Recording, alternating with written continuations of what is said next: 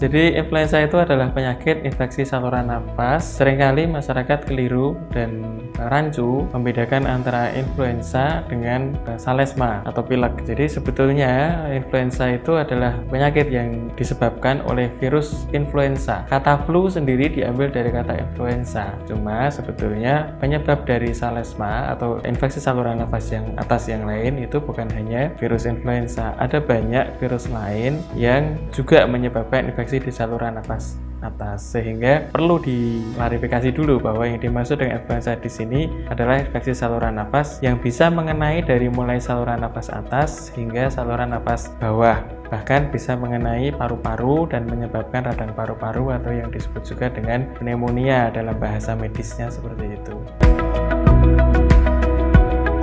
Jadi kalau influenza itu banyak diderita oleh anak-anak ya, terutama anak-anak di bawah usia 2 tahun. Anak-anak itu sampai 20% kejadiannya. Kalau dewasa itu kurang lebih 5% di seluruh dunia. Yang paling banyak itu adalah penyakit influenza yang disebabkan oleh influenza A dan B. Untuk gejalanya sendiri terutama adalah demam, dan memang dibandingkan dengan orang dewasa, komplikasi influenza itu lebih sering daripada orang dewasa. Jadi biasanya ada demam tinggi atau bahasa medisnya hiperpireksi ya, sampai di atas 39 atau lebih kalau diukur dengan termometer. Kemudian juga ada kejadian rinitis ya. Rinitis itu seperti pilek gitu ya, radang di saluran nafas atas. Kemudian otitis media atau peradangan di telinga bagian tengah. Kemudian ada bronkiolitis bisa juga, atau infeksi di saluran bronkiolus ya, saluran di nafas bawah. Kemudian bahkan bisa sampai menyebabkan tadi kejang demam atau pneumonia. Tapi ini kita memang harus membedakan dulu antara flu yang disebabkan karena influenza dengan flu yang disebabkan karena yang lain tadi.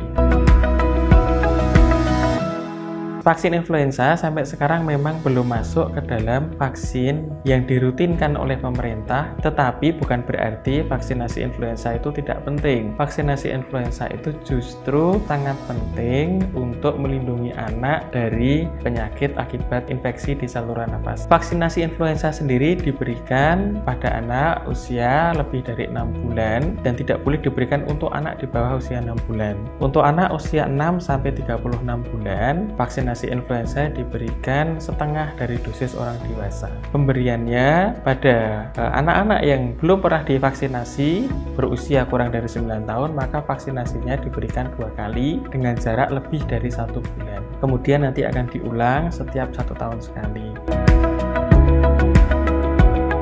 Jadi virus corona itu penyebabnya berbeda dengan virus influenza karena vaksin yang dikandung hanya terdiri dari vaksin influenza A dan B. Beberapa ahli menyatakan bahwa pemberian vaksinasi influenza membantu karena apabila seorang anak terkena influenza maka akan menurunkan daya tahan tubuhnya, sehingga ketika daya tahan tubuh turun maka ini akan riskan untuk mengalami infeksi karena corona. Sehingga rekomendasi yang diberikan adalah lengkapi vaksinasi, tidak usah khawatir, vaksinasi influenza akan membantu meningkatkan sistem imunitas kita.